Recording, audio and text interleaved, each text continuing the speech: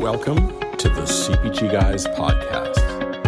Your hosts, Shri Rajagopalan and Peter V.S. Bond, explore how brands and retailers engage consumers in an increasingly digitally driven world. And now, here are the CPG Guys. Hello and welcome to this episode of the CPG Guys. I'm Shri, none other than your co-host. And joining me today is my other co-host and BFF, Mr. Peter V.S. Bond, all the way from Connecticut. Peter, how you doing, man?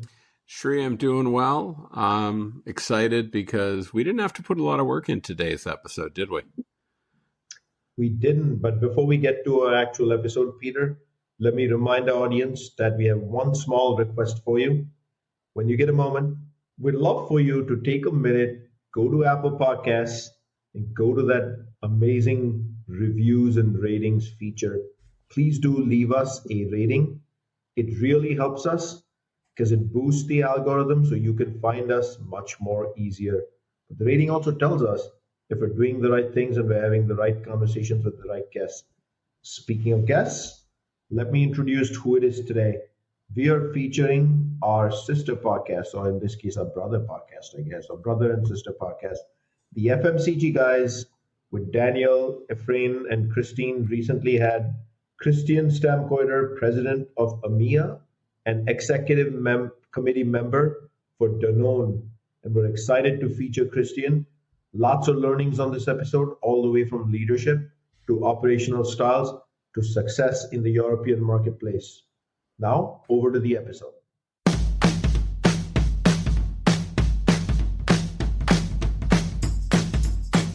Welcome to the FMCG Guys, the podcast that dives into the innovation, strategy, and trends shaping consumer goods and retail in Europe and beyond.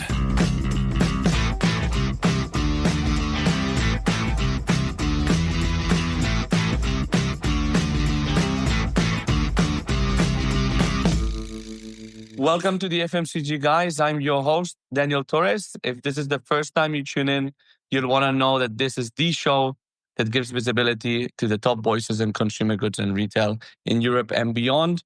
We're now well over 200 episodes in, so do go into our website or your favorite podcast platform to entertain yourself and be educated by some of the industry's top voices.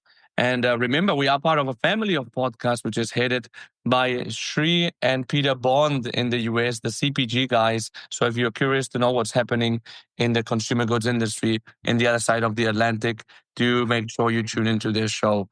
So today, accompanied by two very top voices of the industry on one side of the table, one person that you may have heard before. Actually, I'm joking. You will have heard them for sure. It's no other than my co-host, Efrain Rosario. Hey, Efrain, how are you? Hey, Daniel. Good to be with you as always. Yeah, likewise. I'm coming from a little tour of the US, which was a lot of fun. You probably saw my pictures from CES and NRF. I did. I would tell you that I don't know if Vegas and New York are necessarily representative of the U.S. as a whole, but very interesting places nonetheless. Yeah, they're probably two outliers, no? But no, it's great to see a lot of people. Obviously, I saw Shri and Peter from the CPG Guys. Also saw Sean and Sam from SMG. Oof, I saw a lot of people. I wouldn't want to leave anyone out, actually. So I'll leave it at that. If anything, you can go into our LinkedIn page and you'll see a lot of familiar faces of the industry.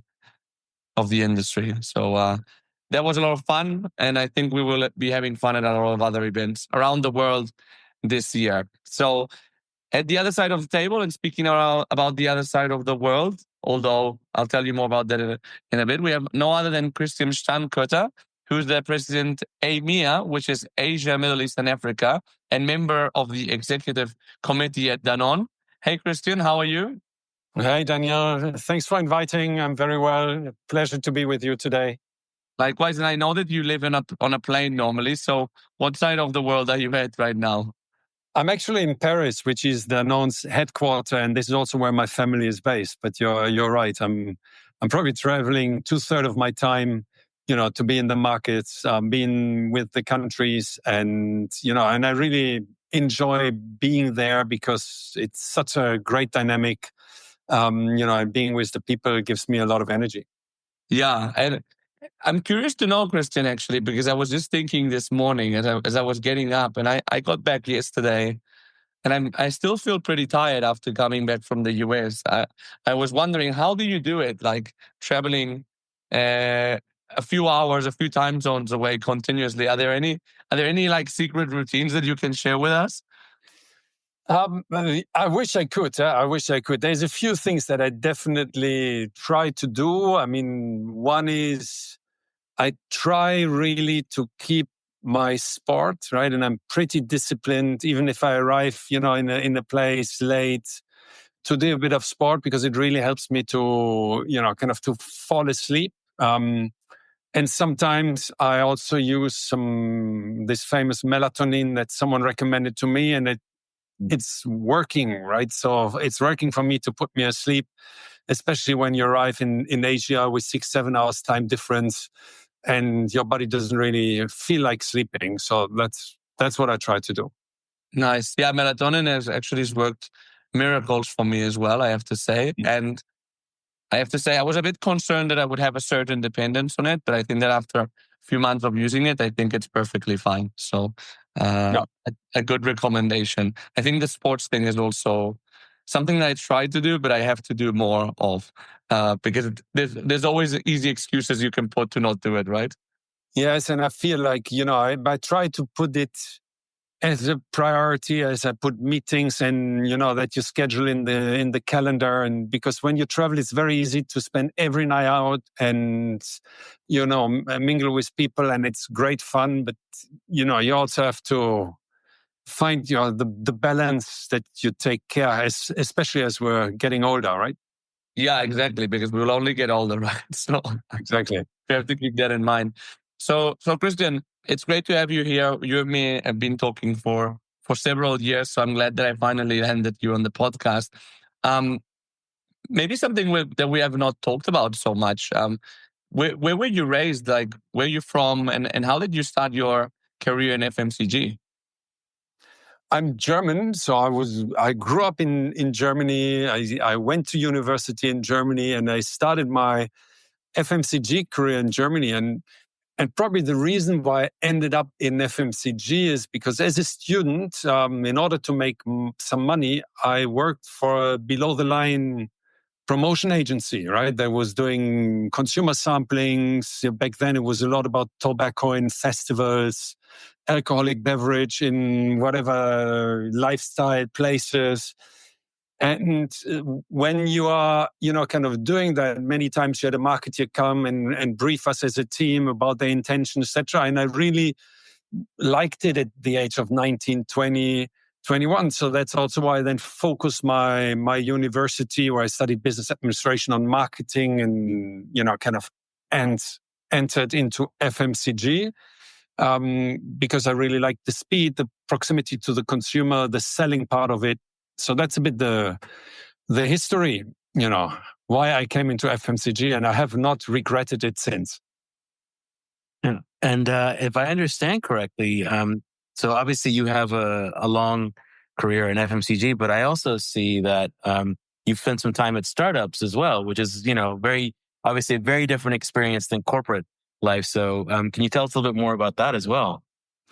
Yeah, I was trying my fortune in the first wave of the internet hype, right? So I started in Unilever as a trainee. I was working there for the first 3 years, and then 99, with some friends that worked in different industries, consultancy, we saw, kind of the internet boom starting, and we, ever since then started with brainstormings on the weekends, what we could do, how we potentially could enter this very exciting space. And end of 99, I handed in my resignation to Unilever, and I founded with a good friend of mine an internet startup that was venture capital financed, that, obviously in the beginning took off nicely. We hired people, bought a small IT firm with the money that we had, and really had a fantastic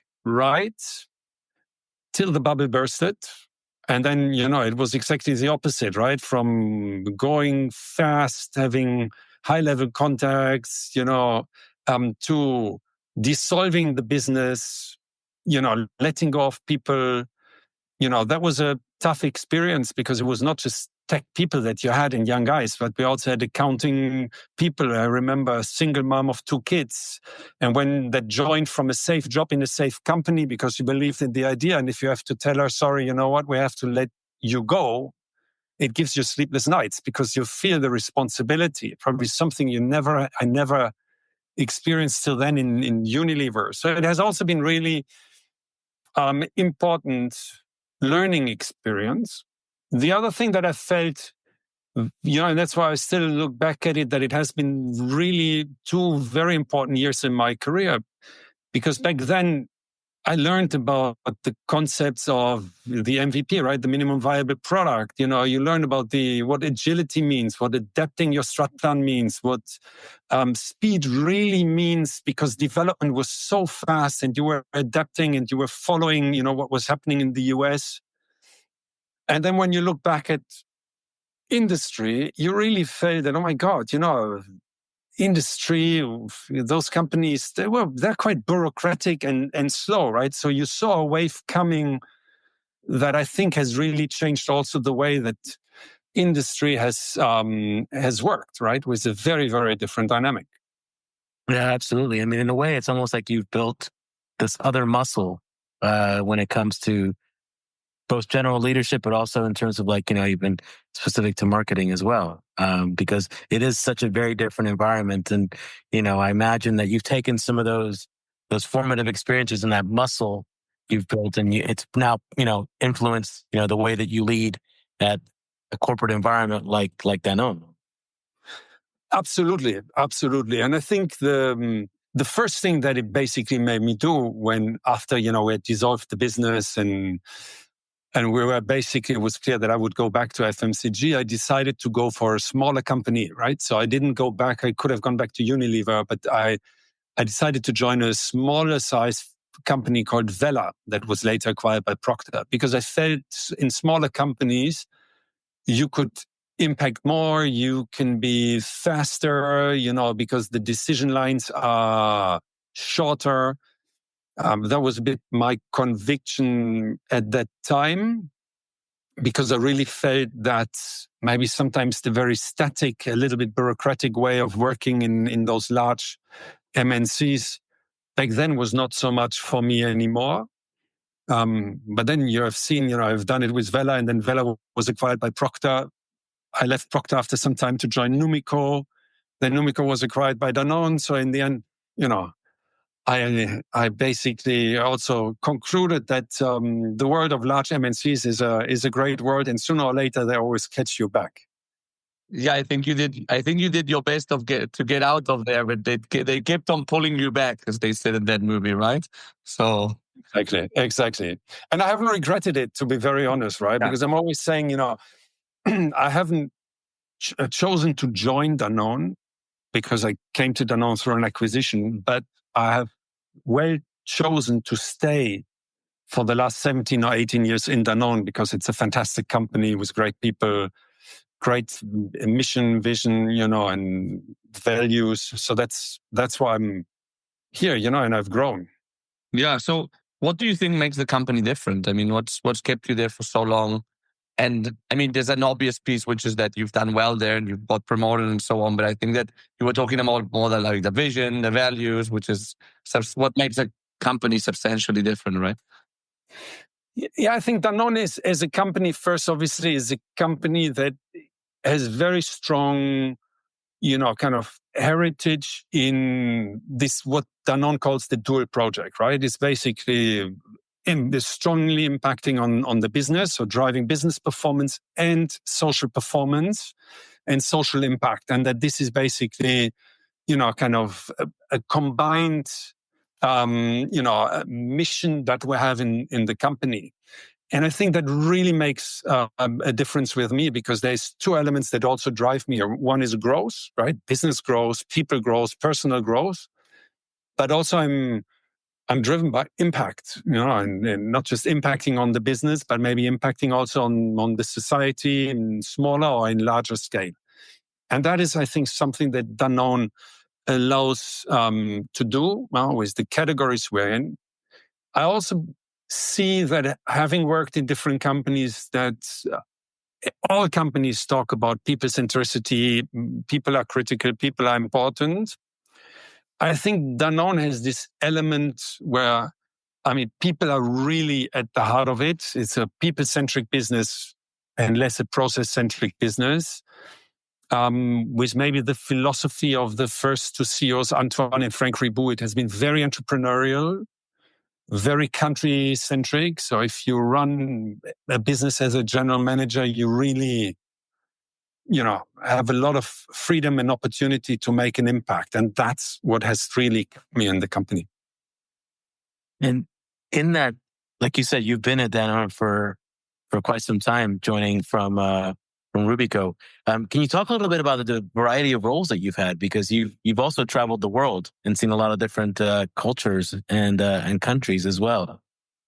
Yeah, it started obviously, back in Unilever, as everyone, I started as a trainee, and then I worked in marketing, brand management, worked in global brand management with Vela and then P&G, worked in local marketing in Numico, and then I moved back in 2007 into my first GM or general management role.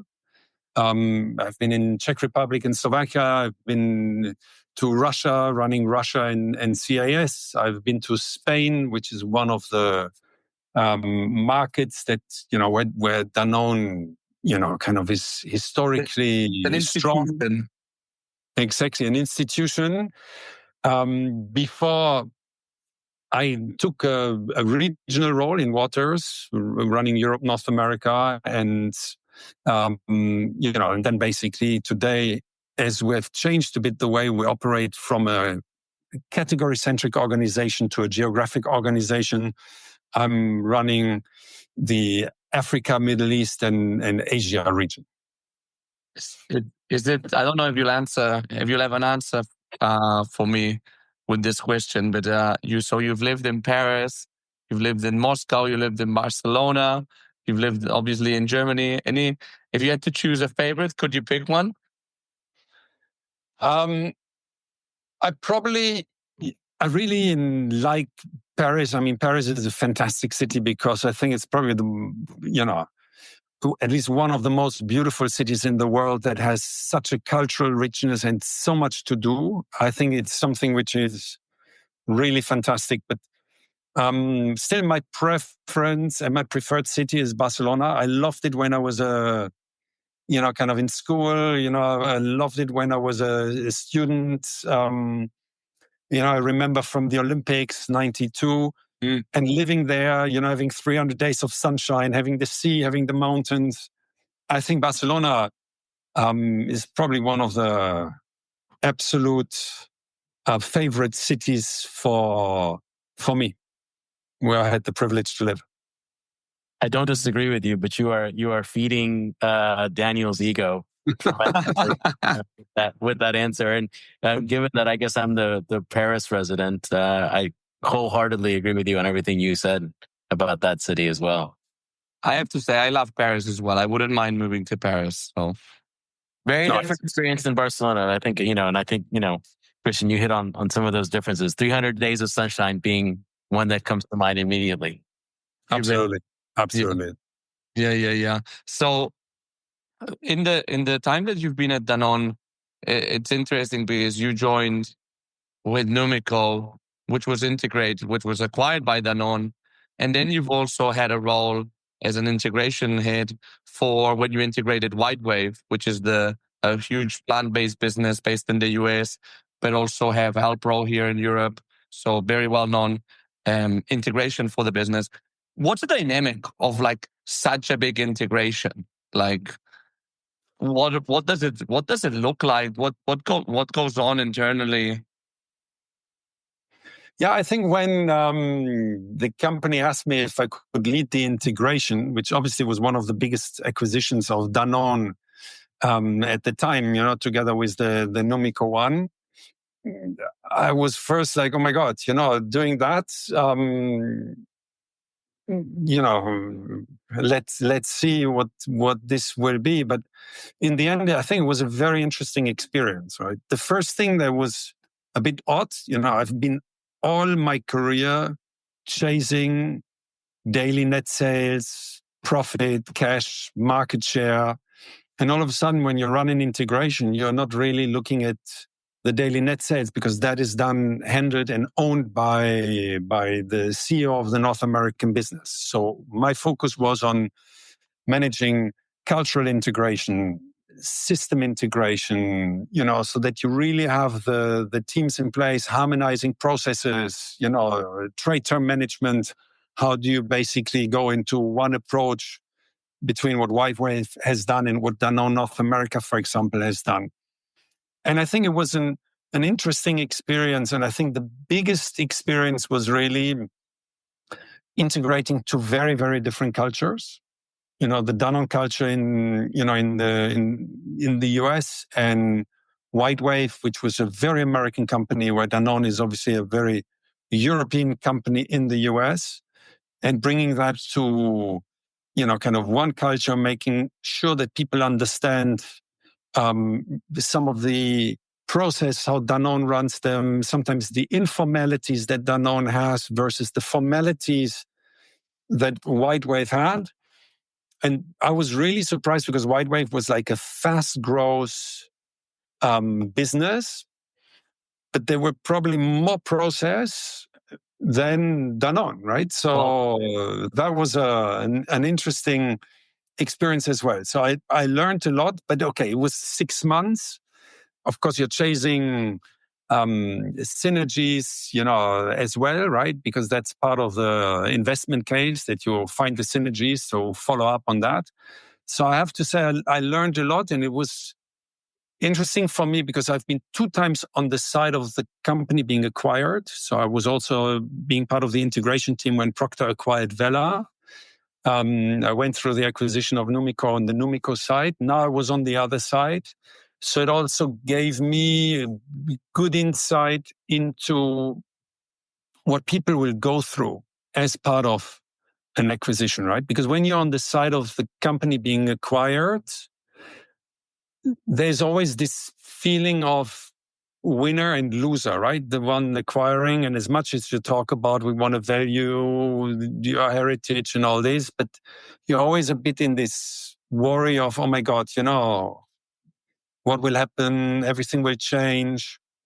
And I learned, particularly in the acquisition of, when Procter acquired Vela, which was a family business, that people that for years have been critical towards the way, Vela was going and didn't like this and that, all of a sudden, the moment Procter announced to buy the business, those people would glorify the past, right? Like everything was perfect in the past. And everything that was coming from the other side was like, oh my God, this is not going to work. This is not going to work for me. So helping people go through, because of course I can understand change sometimes is a threat, but how do you help people go through this journey to take the change as something which is positive, right? That is an opportunity to grow, an opportunity to learn new things. So that's something that, for me was a very important learning that I took from the other side, and maybe gave me also credibility, being then on the side of the company that acquired the other.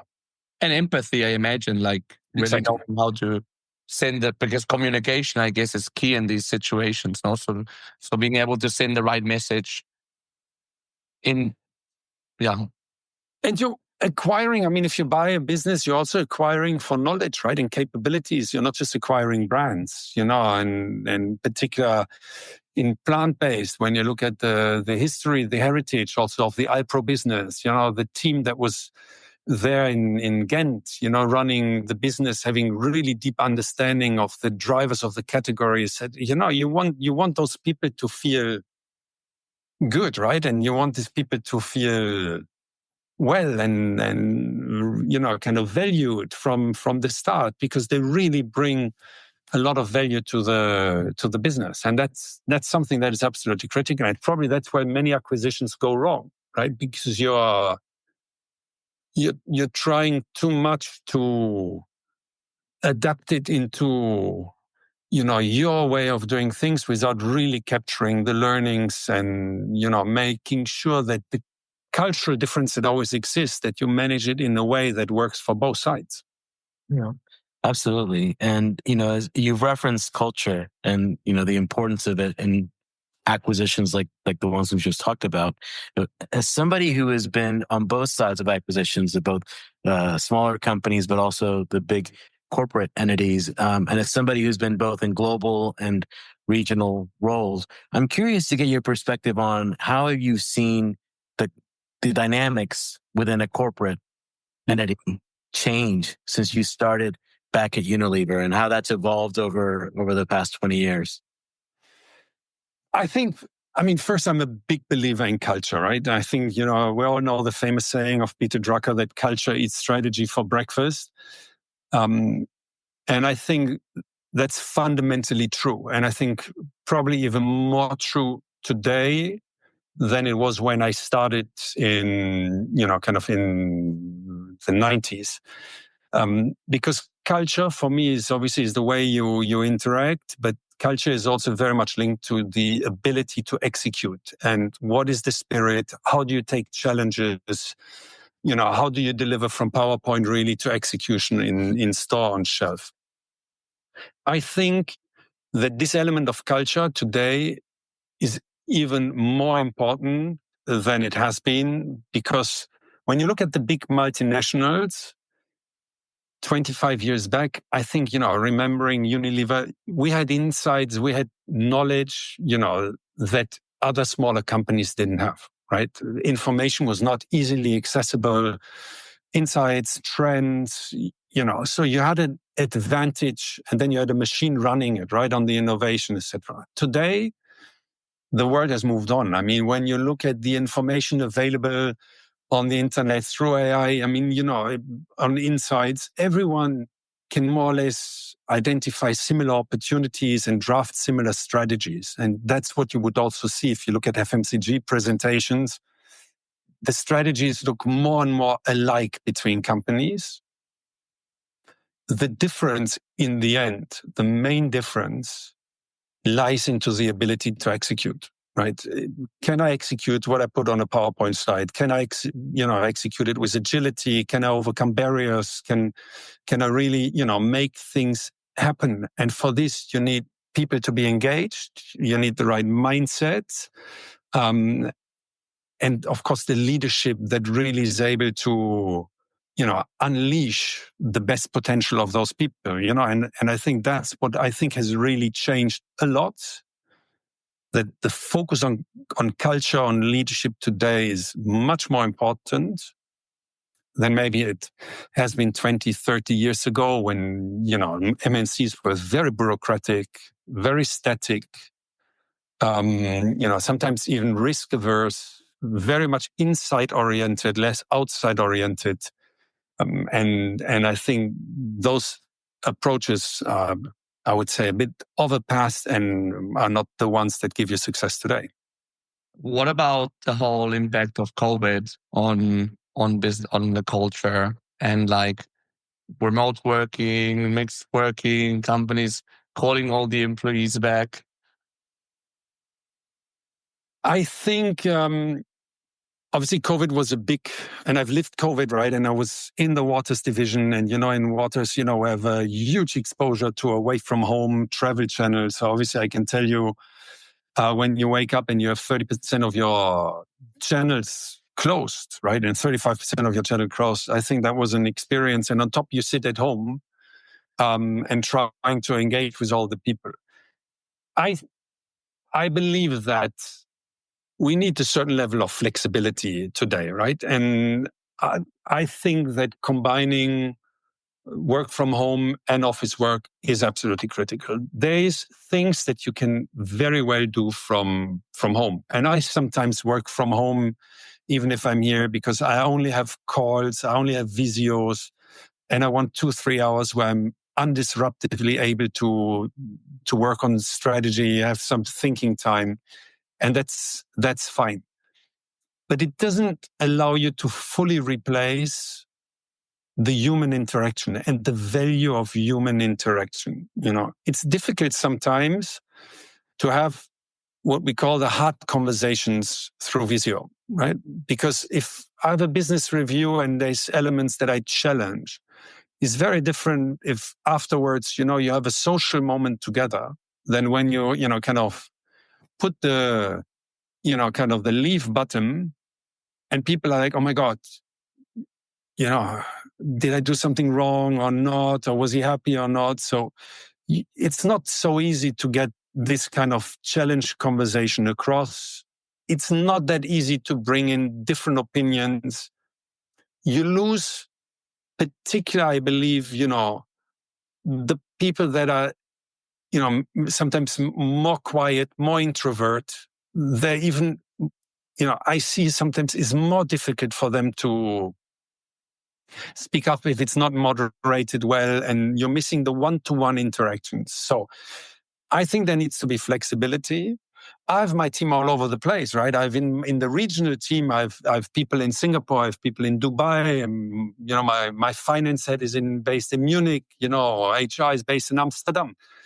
Because we're traveling so much that I'm also not saying, oh my God, move your family just to be the 2 days together in Paris. It doesn't make sense, But being able to travel together and having quality time, also physically together, is something that is absolutely valuable. And that's, I think, where you see companies move back to pushing, work from office. Would I believe that it's the best to force only work from office? I don't think that this is necessarily needed. And I think we can leave it also to the responsibility of team managers, of individuals to make responsible calls on that. Yeah. And you mentioned about your team currently being spread out. I'm curious to know a bit more about your current role at Danone as head of Asia, Middle East, and Africa, which is quite a big region to cover. Yeah, obviously, it's a region that, it's a very exciting region, right? It's like, it's covering nearly 70% of the world's population. We have a big business in baby nutrition. It's a big part of the babies born in this world. So that's making it a very exciting region, but it has a lot of similarities when you look at challenges, right? We have a lot of challenges coming from hyperinflation markets, currency devaluation. You have a big challenge, which is even now after all the inflation, with affordability, access to good nutrition product. You have challenges on kind of effective route to markets into the thousands and thousands of traditional trade stores. We have a big topic, which is malnutrition. When you look at this region, you have 25-30% of all the children in the first 5 years of age, they grow up malnourished, which impacts their physical development and their mental development. So what we're trying to do in order to manage the business is obviously, recognize that we are very local, and we need really to be in Indonesia, very Indonesian in the way we execute, etc. And the same in South Africa or Nigeria. But that we build platforms where we can learn from each other instead of reinventing the wheel to scale things, right? And I think that's the mix that we're trying to leverage. Recognizing that it is a heterogeneous region, much more heterogeneous than Europe, for example. But there's a lot of platforms that we can leverage, across parts or bigger parts of the region and learn, right? And learn and gain speed and scale. So, I think you illustrated it based on, things like the hyperinflation, thinking about, the high birth rates and specifically even the routes to market and being how diverse they are in a region like what you have in your current remit. I'm curious to understand, for you as a leader of this business unit, what does that mean for you in terms of, how does that influence your leadership style and given those parameters? I think first, obviously, I have to recognize as a leader, and I think it's not just for me, that every one of my team knows his business or knows his functional responsibility much better than I do, right? And that's okay, and that's great. Right? Obviously, the GM running Indonesia knows Indonesia much better than I can ever do, or the running Sub-Saharan Africa or Nigeria. And that means that I need to put, of course, a lot of trust in them, right? In the way they analyze, they see the opportunities, they run the day-to-day business, and the same with the function. My job is really to leverage a team that first is very clear, that we're here to help the country succeed, right? Because in the end, we're country-centric. We are here to help the countries leverage the power of a big company, right? Access to R&I resources, best practices, so that we can help them become a bit better every day, a bit more competitive, maybe sometimes helping them see opportunities that others have already gone through. And that's basically, what we do. And I think in a region where with all the challenges, right? Because you have geopolitical challenges, we were selling one day, you're selling, in Myanmar, and we have a nice business there. And, then with everything happening on the ground, you're losing it, right? Or you're losing part of the business. So the teams are very, very focused, obviously, on running sometimes the day-to-day operations with all the challenges. So my role is also with the regional team is that we're putting enough focus on the mid and long term, right? What is going to be the next, kind of game changers, the next accelerators that we need to, kind of build and leverage so that, going forward, we maintain, kind of the good momentum we have right now. Yeah. I mean, and that would be like a whole other conversation, right? But there's like so much diversity in terms of like, the products that you have, because you have all the divisions together, like dairy, waters, baby nutrition, all together, and like all these different routes to market. Some markets that have a strong modern channel, modern trade footprint, some others that are completely distributor managed and traditional trade. So again, a whole other conversation, but it has to be fascinating. I have a question which is very, very interesting, I think, for all multinationals, which is like in all these markets that you're managing, as you mentioned, knowing the local market is key, right? How do you combine that how do you combine strong local talent with actually keeping the global culture? I think culture, for me, it needs to be, of course, based on values, right? And this is global values that we have, global leadership behaviors that we have, but they need to be adapted to the relevant local environment where we operate.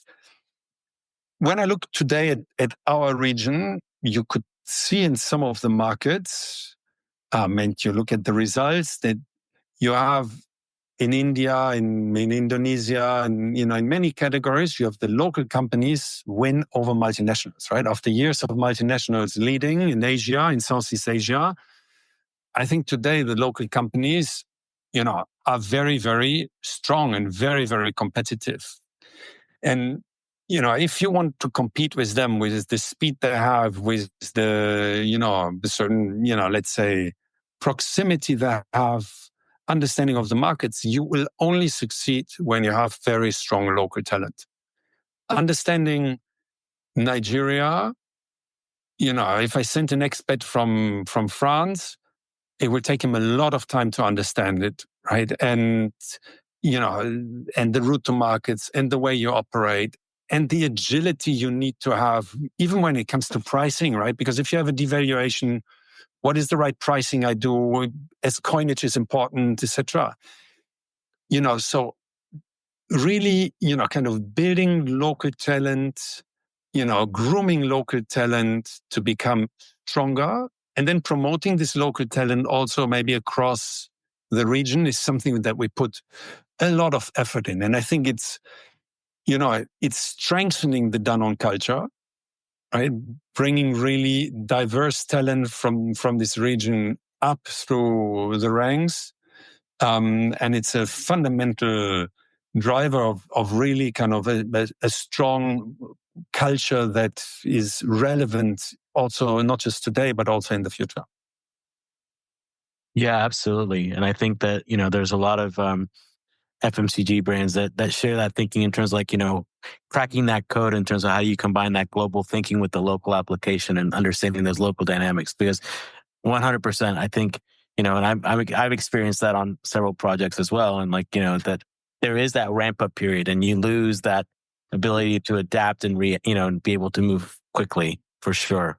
And there's another element also, if I can say that, I think that we're also seeing is scale is of the essence. If you want to be in traditional trade, you need scale. And if you want to have scale, you need to be able to serve all consumers, right? If you believe that you can only serve, socioeconomic level A and B, I mean, in some categories, if you're maybe in luxury, beauty, etc., that's fine. But if you're in FMCG, if you're in dairy in Africa, if I don't serve at price points that are relevant to also at least socioeconomic levels C and D, I'm in an irrelevant niche, right? I cannot afford the route to market, etc. So, and that's where I sometimes see,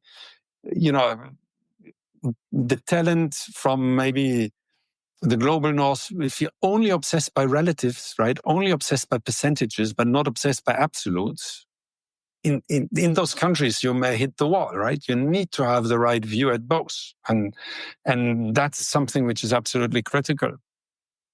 Yeah. No, I also love the idea of like, that you kind of have the responsibility in these markets in the future to create that talent pipeline of future global executives that will come from these emerging markets that are already important today, but will only grow in importance in the future. So in XComs in the future, you'll need to have Africa, Asia, Middle East represented to some extent. Absolutely. And they're very, very strong talents.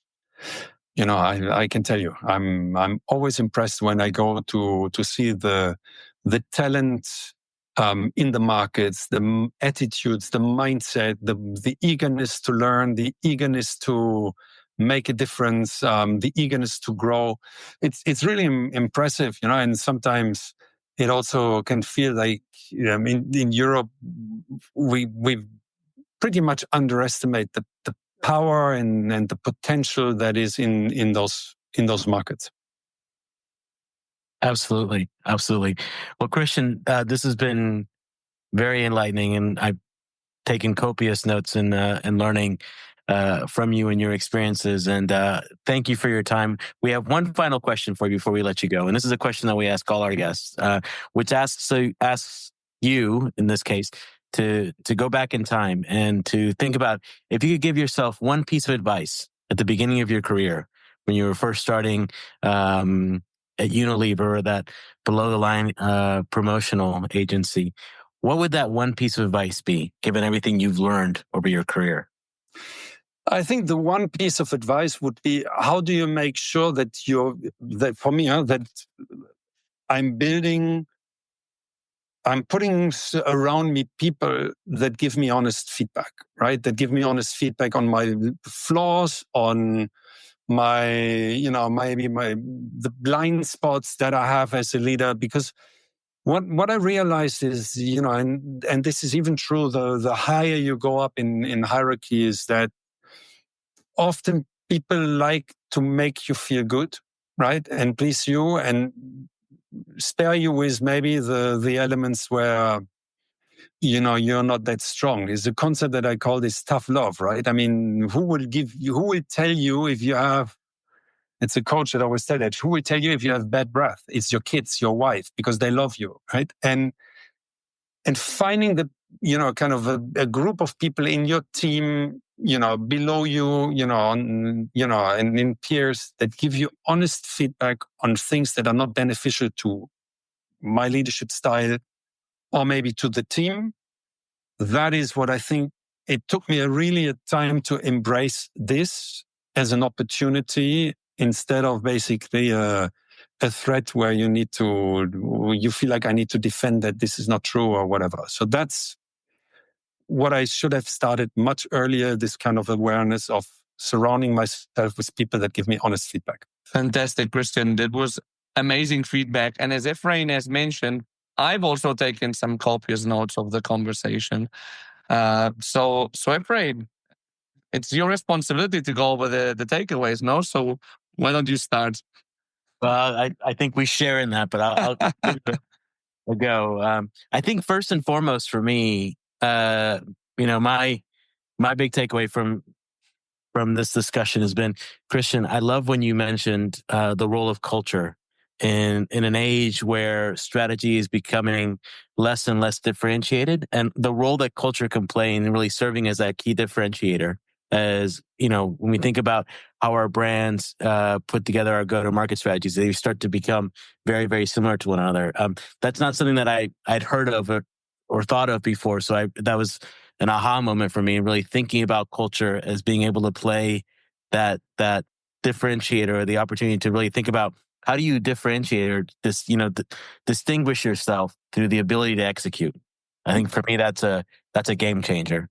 Mm-hmm. Yeah, absolutely. I was actually very impressed, Christian, that I knew you'd done a startup, but I'd seen it on your LinkedIn profile, but I wasn't actually aware that you actually built quite a big team and you even made an acquisition. So that must have been like quite an intense year and a bit, or nearly 2 years that you were running it. Yeah, acquisition. I mean, we took a 10 people small IT firm, right? But still, I mean, it was very intense. I mean, 24/7 working. I think it's probably also one of the experience you make that you can overdo it, right? Because you are losing your ability sometimes to look at the things different if you're constantly working on the same thing, right? We were all hyping ourselves of meeting our Saturday, a Sunday, and I don't think that it unleashes more brain power if you do that compared to sometimes doing other things. Even friends told me like, oh my God, you have nothing else to talk about.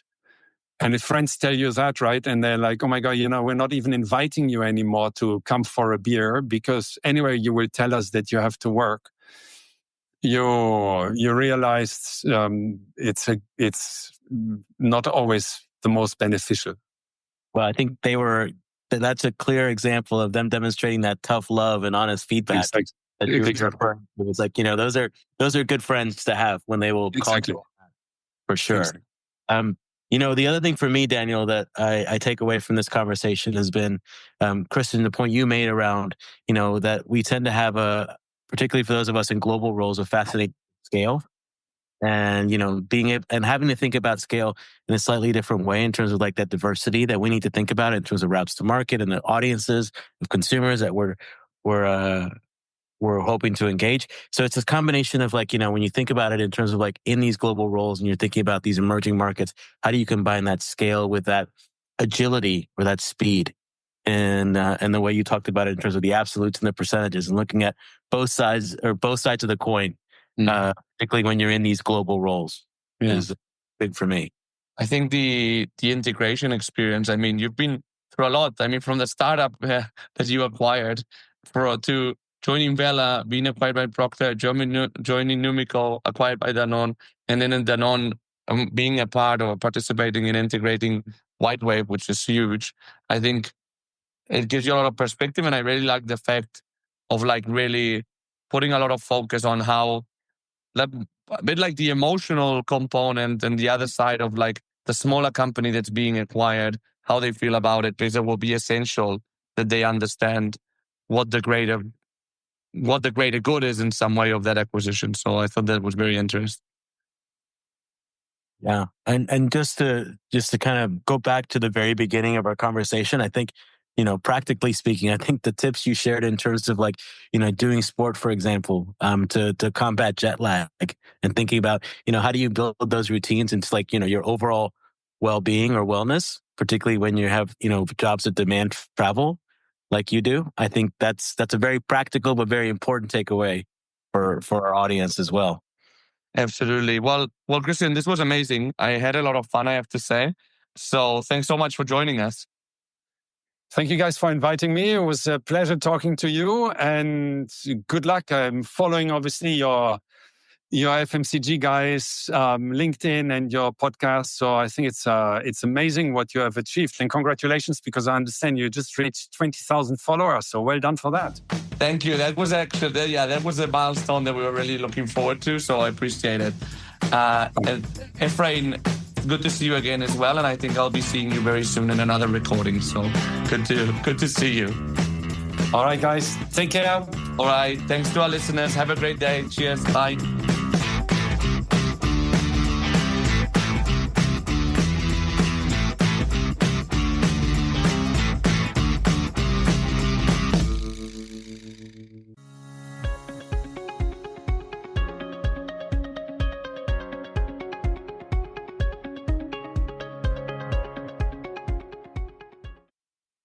The content in this podcast episode is provided for general informational purposes only. By listening to our episode, you understand that no information contained in this episode should be construed as advice from CPG Guys LLC or the individual author, hosts, or guests, nor is it intended to be a substitute for research on any subject matter.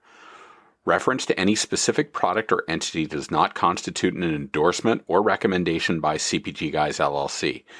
The views expressed by guests are their own, and their appearance on the program does not imply an endorsement of them or any entity they represent. The views expressed by CPG Guys LLC do not represent the views of their employers or the entity they represent. CPG Guys LLC expressly disclaims any and all liability or responsibility for any direct, indirect, incidental, special, consequential, or other damages arising out of any individual's use of, reference to, or inability to use this podcast or the information we present in this podcast.